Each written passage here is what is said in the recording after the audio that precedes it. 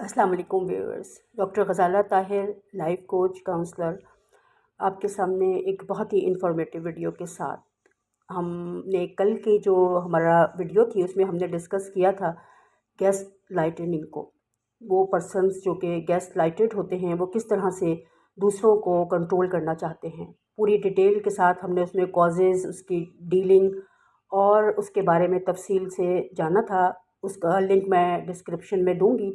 जिन लोगों ने वो वीडियो नहीं देखी वो उसको देखकर वहाँ से गैस लाइटेड को समझ सकते हैं कि गैस लाइटेड पर्सन क्या होते हैं।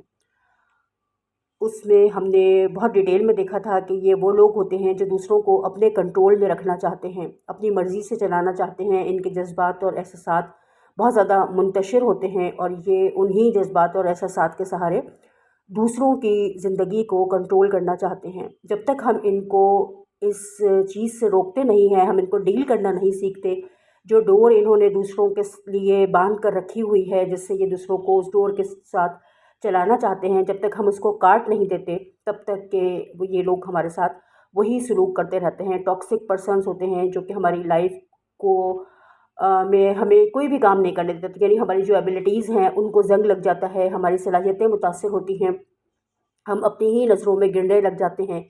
इस तरह से वो हमारे साथ डील करते हैं जैसे कि हम कोई बहुत ही ज़्यादा ऐसे पर्सन हैं जो कि कुछ भी नहीं कर सकते। तो आज हम जो देखेंगे आज के टॉपिक में वो है सेल्फ गैस लाइटनिंग।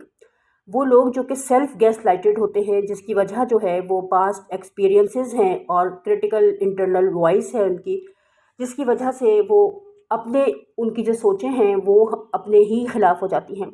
माज़ी के कुछ गलत रवैये होते हैं, नामुनासिब बर्ताव होता है, वो वालिदैन का भी हो सकता है, असातिज़ा का भी हो सकता है, फ्रेंड्स का भी हो सकता है, जिसकी वजह से इंसान उन तजुर्बात की रोशनी में अपनी ज़िंदगी में अपनी सोचों को अपने ही ख़िलाफ़ कर लेता है। उनकी जो इंटरनल वॉइस है वही उनकी दुश्मन बन जाती है और उन्हें मुसलसल ये इस बात पर उभारती है कि उनकी गलतियां हैं, वो किसी काबिल नहीं हैं, वो कोई काम नहीं कर सकते हैं और इसके नतीजे में वो सेल्फ लाइटेड हो जाते हैं, सेल्फ गैस लाइटेड हो जाते हैं।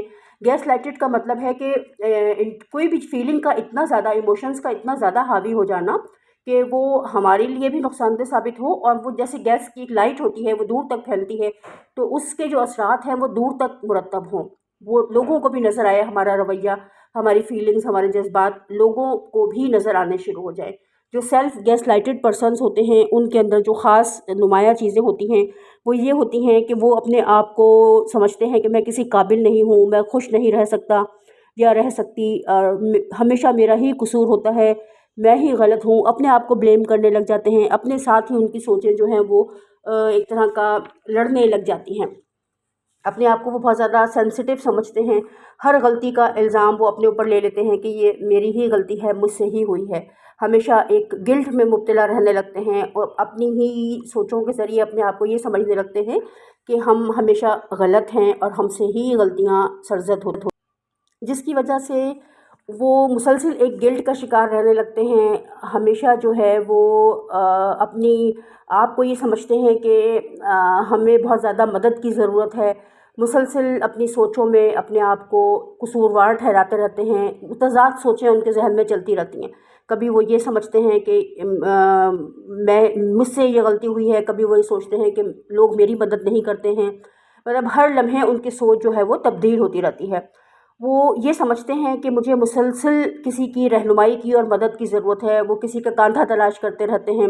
ये समझते हैं कि मैं ख़ुद कुछ करने के काबिल नहीं हूँ, हमेशा हर चीज़ का इल्ज़ाम अपने आप को देते हैं, हर गलती का इल्ज़ाम अपने आप को देते हैं। दूसरों से भी अगर कोई गलती होती है तो उसको भी वो कसूरवार ख़ुद को ही समझते हैं।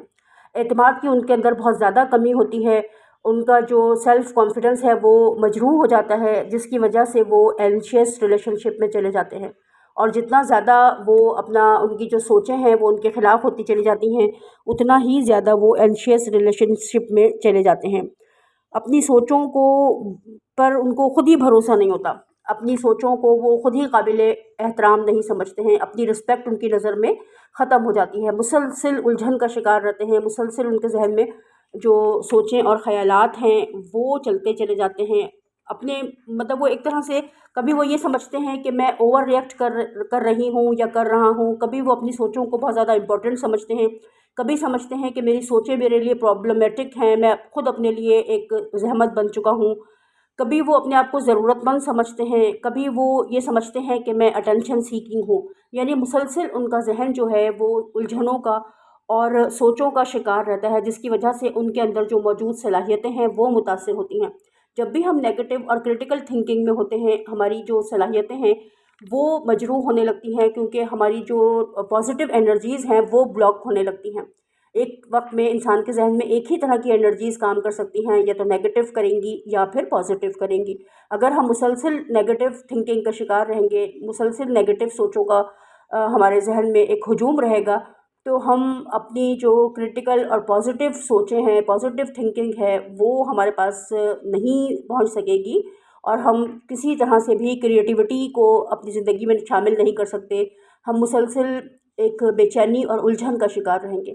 तो इस बात को हमें बहुत अच्छी तरह से समझना है कि हम इंसान जो है, अल्लाह ने उसको पूरी सलाहियतों और रिसोर्सेज के साथ पैदा किया है। हम इसलिए नहीं बनाए गए कि अपनी नेगेटिव ख़यालात को, बचपन की अगर माजी की कोई गलतियां हैं, तलखियां हैं, कोई यादें हैं, उनको अपने सर पे सवार रख कर के हम अपनी ज़िंदगी को हमेशा के लिए अपने लिए एक प्रॉब्लम बना लें। हमें अल्लाह ताला ने बेशुमार सलाहियतों के साथ, रिसोर्सेज के साथ पैदा किया है, और ये सारी रिसोर्सेज हमारे अंदर ही मौजूद हैं। इन्हें सिर्फ अपने अंदर से बेदार करना है, उनको उनके साथ अपना जो एक रिश्ता है, ताल्लुक़ है, उसको बहाल करना है। जैसे ही हम अपनी सोचों को देखना शुरू करते हैं, उनके साथ टाइम गुजारते हैं, हमारी ज़िंदगी में आसानी आने लगती है।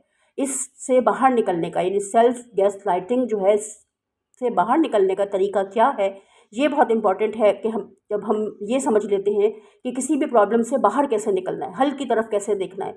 जब तक हम प्रॉब्लम के अंदर रह कर के उसको देखते हैं, हम हल की तरफ नहीं आते।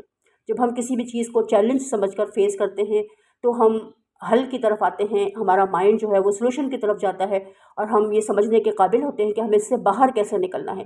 प्रॉब्लम को डिस्कस करना कोई बड़ी बात नहीं है, बड़ी बात यह है कि हम हल की तरफ आएँ। तो यहाँ पर हम आपके साथ हल शेयर कर रहे हैं कि आप कैसे इससे बाहर निकल सकते हैं। पहला अपना जायज़ा लें कि क्या आप इसका शिकार तो नहीं हैं, सेल्फ गैस लाइटिंग का, और अगर हैं या आपके इर्द गिर्द में कोई भी है, तो आप उसे ये तरीका बता सकते हैं कि वो अपने इमोशंस के साथ जुड़ना सीखें। खामोशी से बैठकर अपना जायज़ा लें, देखें कि इस वक्त आपके जहन में क्या फ़ीलिंग चल रही है।